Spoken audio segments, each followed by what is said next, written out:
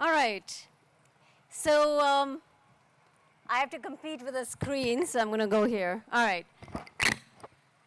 Okay, so thanks for coming. And today, as you can see, I'm going to be giving a talk on the next billion users and how mobile AI and the internet can include the masses.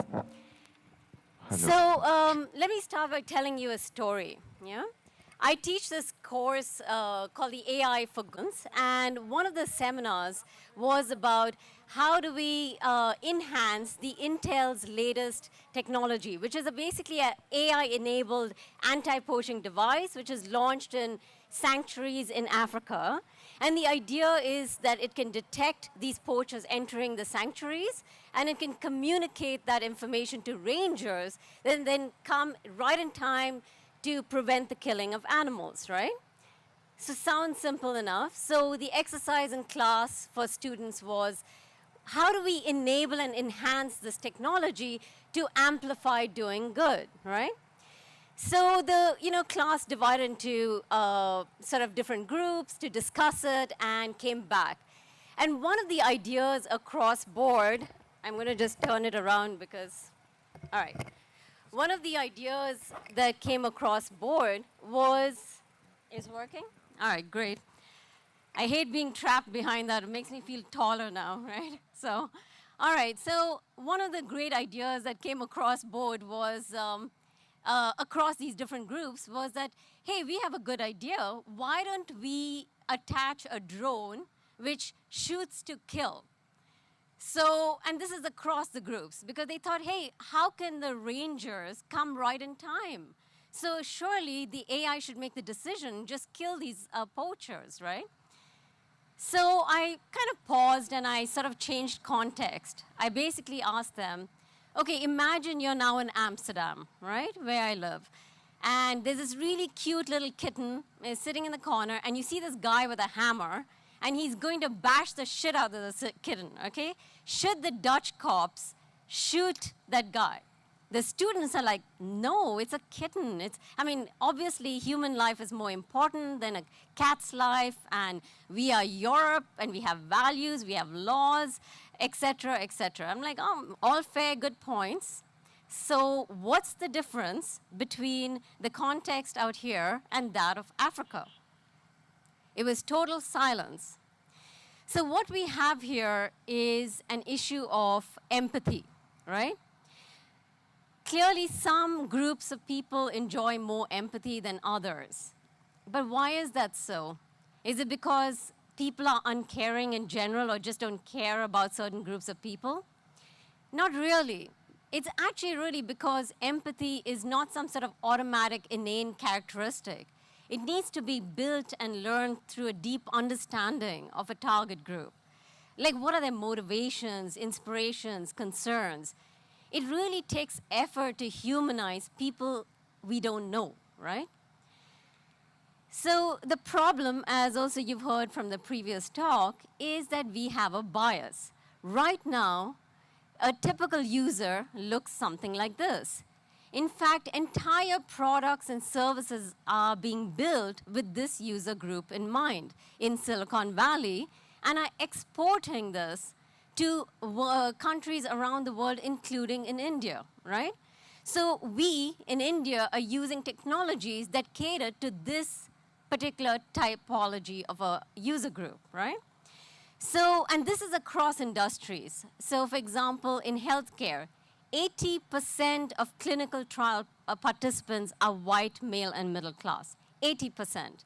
And there's an insidious gender divide, too. For example, there's so many examples, right? Like the mobile phone was set and designed to the palm of male hands. Or if you guys have ever worked in offices and women are always wearing sweaters and guys are in shorts, is because the temperature of office rooms are set to the metabolic rate of males, not females, and it is proven that it actually makes women far more unproductive because of this, right? Or, for example, in safety issues in the auto industry, the crash test dummies are designed as a prototypical male in terms of the size as well as no breasts, so there's higher accident rates for women than men. And I can go on, right? So the problem here is a data divide. We have an information glut about a particular user group from the West, and we have an information deficit on the rest of the world, and particularly the marginalized people in the world, or what I call the marginalized majority. So my book sought out to address this gap. I'm a digital anthropologist, and basically that's a kind of fancy way of saying that I look at how people study and use and make sense of digital media in their everyday lives, right? So I spent more than a decade looking at how users in, say, the slums of India, to favelas in Brazil, townships in South Africa, Namibia, some parts of China and rural China are doing work and using digital media to get by, right? And this is really important because my goal for the book is to humanize this vast demographic that's coming online and is suddenly of interest to a lot of industries across the spectrum. And why now? Why are they all woken up? Actually, since my release of the book, I have been speaking mainly to tech companies the entire of this year. What changed, right? Is because the mobile phone and extraordinarily cheap data plans has brought this entire demographic fast online, and very shortly they'll become the biggest data producers and consumers in the world. So clearly, in the data-driven economy, this really matters. So who are they? Well, for starters, a good number of them are young. We're talking about 35%. And in some contexts, like sub-Saharan Africa and South Asia, it can go as high as 50%, right? And majority of them, like 85%, live outside the West. They also live in places like this, which are basically informal settlements or shanty towns, often illegal, right? And we are talking about 1 billion of the world's population live in settings like this. And by 2030, it's going to double to 2 billion because of the growing global inequality. Now, there's something, you have to picture how this is going to be experienced. We are talking about a typical user lives in a one-room home shared by multiple family members, and so they do not enjoy any kind of privacy, and they're constantly watched by the family and their friends, even when they're going into the favelas or the townships, right? Which basically means that in relation to this actual physical condition, strangely, places like Facebook or Twitter or Instagram offers more privacy than their day-to-day life, which sort of puts it on its head given the privacy conversations. A dark trend is being noticed right now is that the mobile uptake has a huge gender divide. There's a gender divide between males and females in the sense of why women are actually not embracing technology as quickly as men, and in fact are in the decline in some parts. And why is that so? For example, well, some part of it is due to the pay gap, right? Men get offered far more than women. There's a 17% pay gap difference, and it can go up to 20%. Some part of it is like social norms and cultural values where women and girls are allowed to use mobile internet for more practical purposes, like tell your mom or dad you're coming home or something very instrumental, whereas boys are given far more freedom to use the digital media for gaming, etc. And then there's another darker part, is because women are choosing to get offline because of the growing misogyny, deepfake videos, revenge porn, which is making this extremely dangerous and sometimes even fatal to their lifetime, right? So now this global poor has been analyzed for decades as a crisis mode, right? What do we do with the poor? The whole poverty crisis. And that's not, something new. But what is really astonishing is that the framework, one of the most dominant frameworks analyzing the global poor, come from something that was evoked in the 1940s and debunked. So even today, if you look at any kind of policy or sort of technology design, you scrape the surface, and this sort of pyramid of needs, which comes from Maslow, still prevails, which basically goes with an understanding that if you are poor, you obviously have to follow a sort of trajectory, a sort of a linear behavior. You first have to satisfy your physical needs, then physiological, safety needs, and etc., until only in the end you come to self-actualization. But let me tell you one thing. Over this decade of my field experience, and now we have the data to prove it, is self-actualization is the primary driver that is motivating people to adopt technologies and sustain them in their everyday lives. So we need to turn the pyramid on its head. So I'm going to offer you these sort of 5 frameworks, or 5 Fs, to how do we include these next billion users, starting with, well, something as humble as fun, right? So if we look at the way tech design is, envisioned, conceptualized for the next billion users, it's usually something very instrumental. Let's make sure farmers get, access to checking the latest crop prices. So that's the kind of apps we need to design for them. For women in, poor areas, let's make sure we design apps for maternity, health, HIV, rape, all these sort of very, catered to applications. And for children, educational apps. Make sure they learn English so they can get by and get ahead in life. But as my fieldwork has proven, and the data has the support for it, is that much of what these users do is very much like what you and I would do. And that is, much of their precious data is diverted to more non-instrumental ends. They're using it for things like social networking. They're using it for gaming, pornography, romancing, all these other things. We're talking about something as high as 90%. And what is really fascinating is they're even more obsessed about digital media than ever. Like in China, a typical user uses double the data in comparison to an American user, okay? And last year's KPMG report on India's usage revealed something very shocking, is that contrary to popular belief, the highest video consumption took place among the lowest socioeconomic group. That is really astounding because data plans, however cheap, is still a luxury good for them. So just want to underline and emphasize how internet is their leisure economy, and they will do a lot to make sure they have access to it. So the other element is about flexibility. You see, you have to understand that unpredictability is part of their everyday lives. It's when is the next, when is the next job going to come? When is the next paycheck going to come? Where are they going to be next, right? This constant state of insecurity and little choice leaves them with a lot of constraints, which basically makes them improvise on a day-by-day basis. So we really need to sensitize ourselves to the fact that they really are constrained and they have to live in this constant state of precarity, but also they're deeply ingenious in meeting some of their needs. So we have to give it a balanced sort of approach, right? Now, I'm curious, how many of you here actually go online to find or engage in any kind of romantic activity?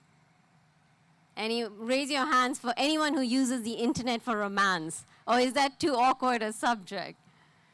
No, nobody? You all are planning on arranged marriages already, yes?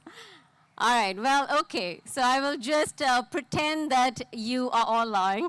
So, but no, look, these are teenagers with teen desires, okay? And what motivates them more than anything else is, the idea of being loved, to find romance.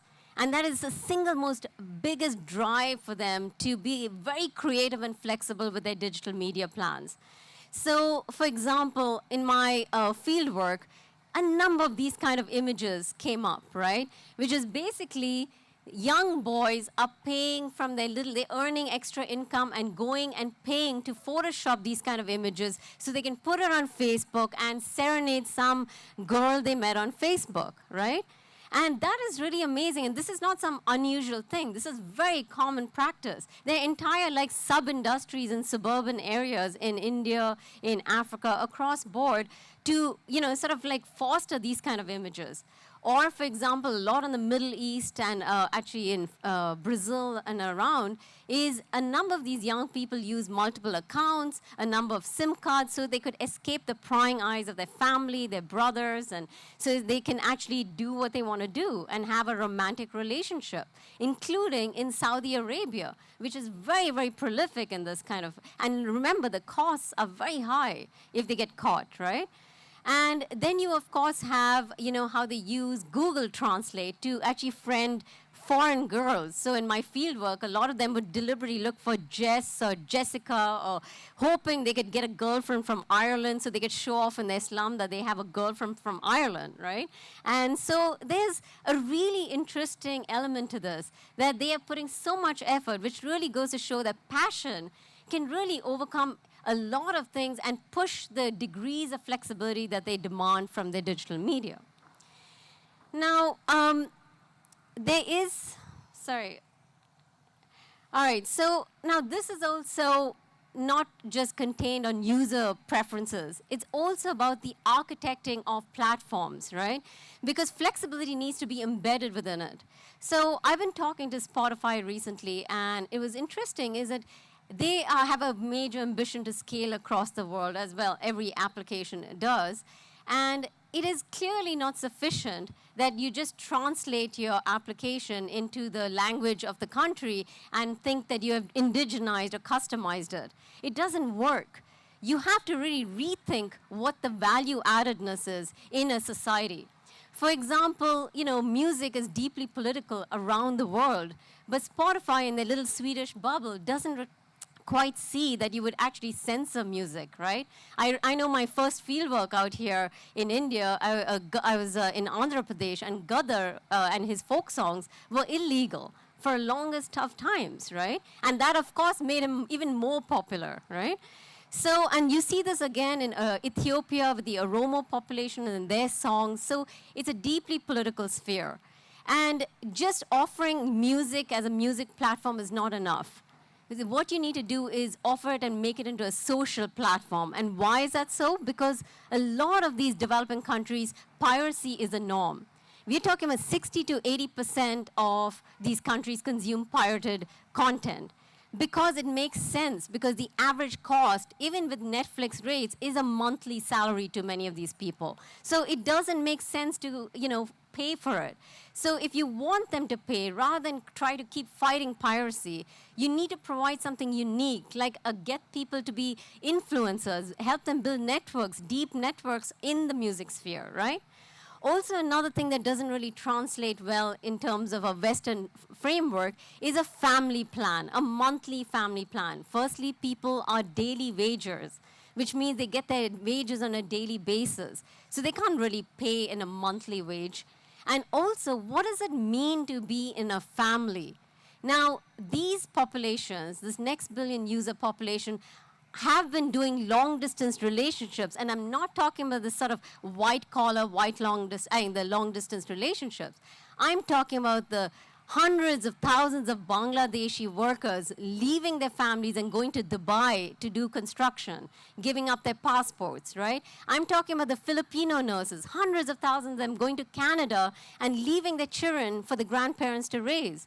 When I was doing research in Almora, majority of them are run by women because a lot of the men were working as taxi drivers and all sorts in Delhi.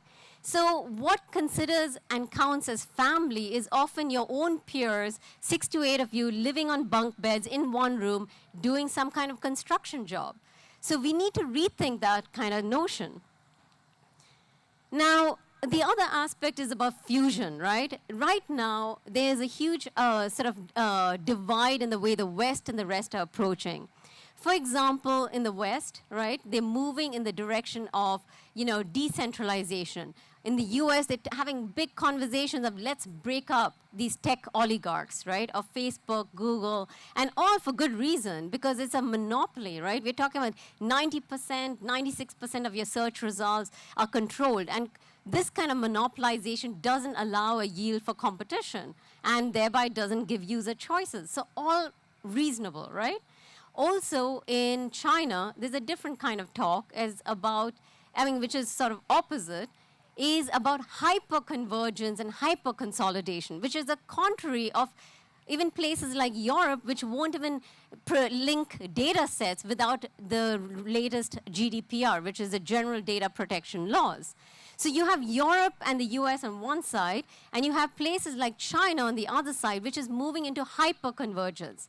And look, that has been a brilliant move on the role of China, because we are talking about China had to compete with the deep pockets of Silicon Valley. So what they did was they consolidated and they made sure they created a hyper ecosystem. So what we see is Alibaba is basically Facebook and Google and Twitter, etc., rolled into one plus plus.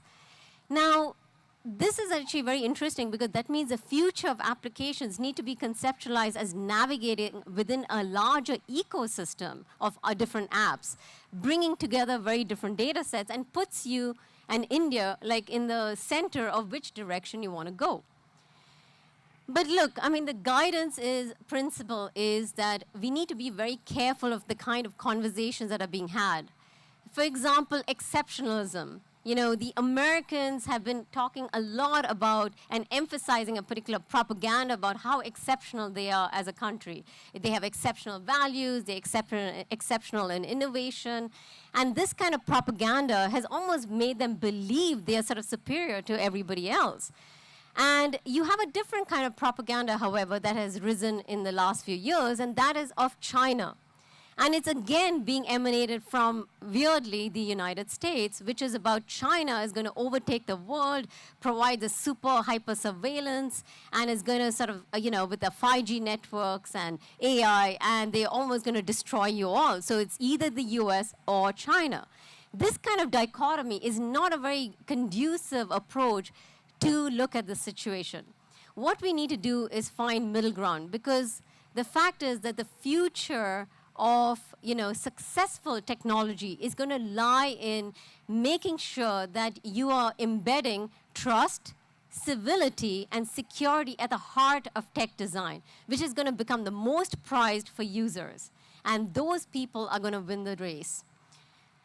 Now, as you can see in terms of friction, right? Now, there's this term that is going around in the tech industry, which is called friction. Now, how many of you think that efficiency is one of the most important factors for technology design? Raise your hands. Okay, well, it sounds very reasonable, right? We want something to be very efficient. But I'm going to make an argument where maybe we need to reconsider that and ask for a little inefficiency. And here's what they call it. We call it friction. What does this mean? So, is basically friction in common sort of tech design terms is called the art of effortlessness. Basically, the less obstacles, the better, right? But actually, a little friction can go a long way in protecting users from themselves and from scammers. Like, look at Libra, an astronomically failed project by Facebook, which basically doesn't have the trust of the typical user group in handling something like finance, right?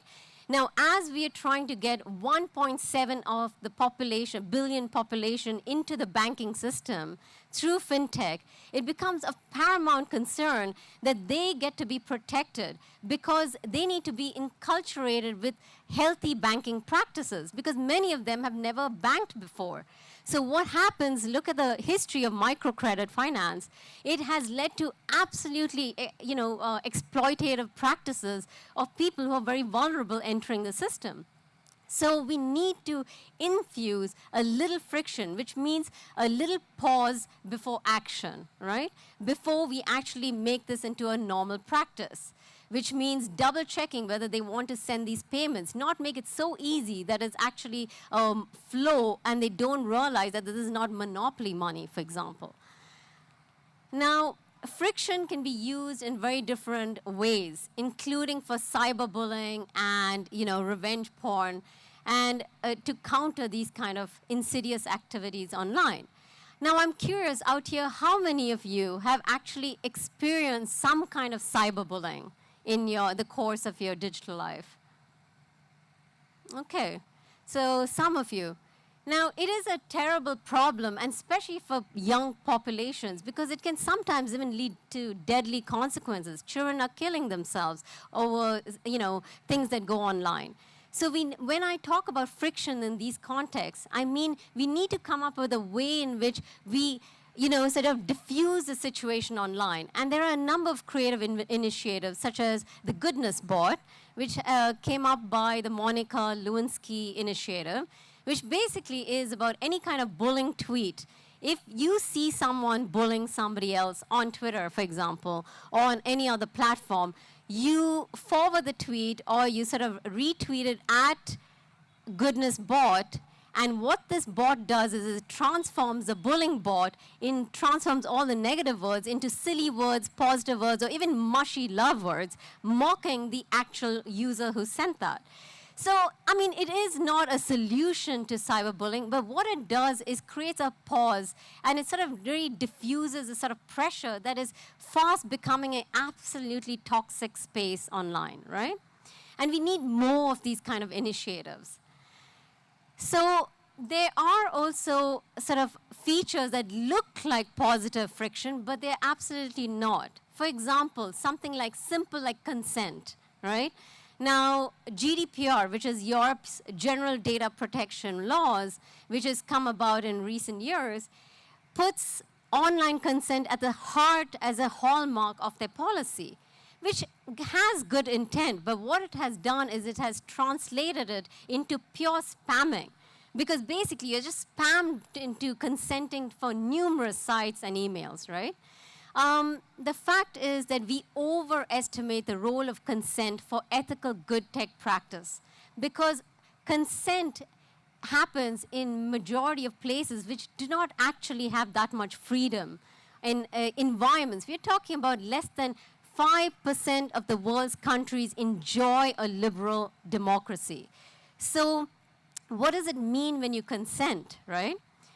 So for example, the Guardian app. In Saudi Arabia, there's a guardianship system which has recently been dismantled, but it has existed for decades, where husbands actually, thanks to this app, could track their women's behavior, their wife's behavior, their daughter's behaviors across board, and be able to do a very close surveillance of them. And this was consented by their wives because, well, clearly they, obviously did not agree to it, but it is part of the law, right?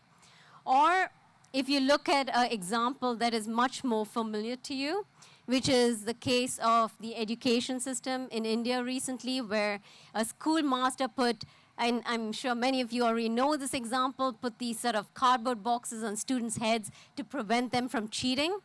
And when there was all this media blow up and he was asked, why on earth did you put this on the children's heads? I mean, it's such a ridiculous idea. And he said, but these children consented.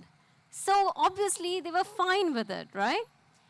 Look, my point here is consent without meaningful choice is absolutely meaningless. And we need to keep that in mind. So my last point is about fabulousness. Now, it seems kind of decadent to say that the next billion users want fabulousness. And here is an argument, is that we have sufficient evidence over decades that, contrary to what we think, the low-income populations are conspicuous consumers, which means that they spend disproportionately more of their scarce income on luxury goods than you and I, which seems kind of strange, doesn't it? Except that basically we don't understand how important dignity is for this population. It is amazingly important, right? Because basically it signals social status. So they're willing to go into deep debt, whether it's marriage ceremonies, their daughter's ceremonies, their son's ceremonies, all kinds of stuff, fancy, new upgrades of their home. It doesn't matter. It was all about signaling social status.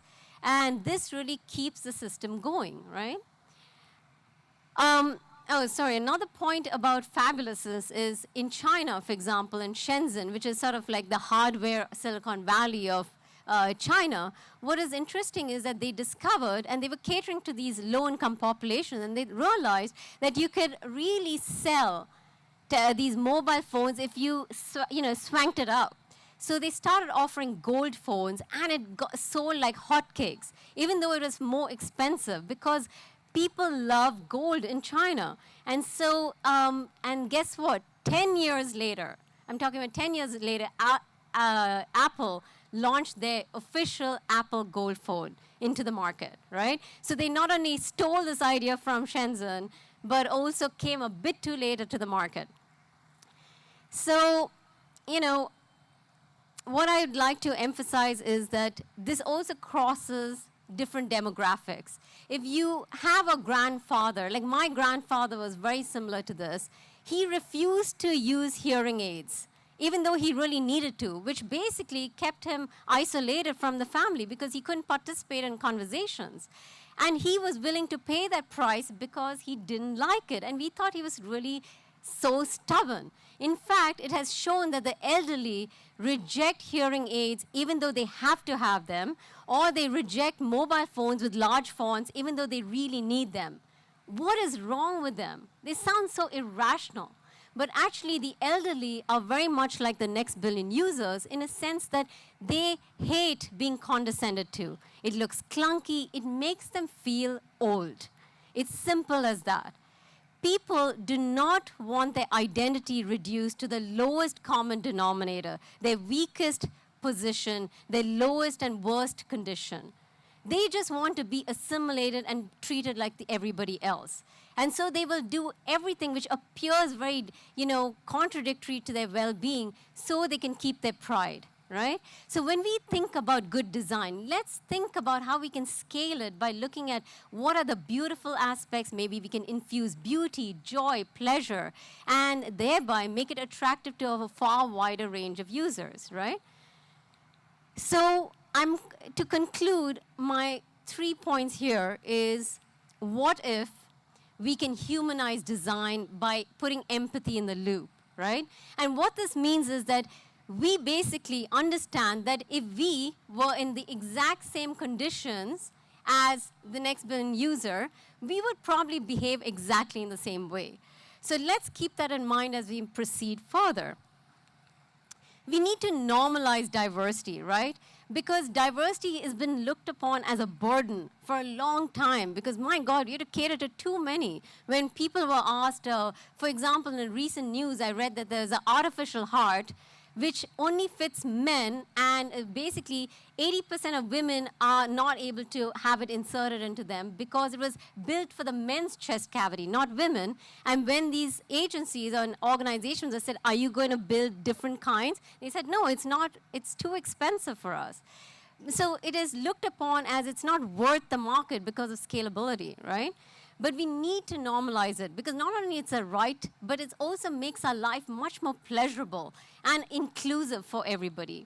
And the last is, let's frictionalize action, because we should stop thinking about constantly optimizing in terms of profit and optimizing in terms of efficiency, but let's have a different set of values that help us and define us, which is basically, let's optimize for civility, for trust, to being good to one another, and for security for all of us. And with that, I thank you, and please reach out on LinkedIn or Twitter, and I'm happy to be in touch. So thanks. Thank you.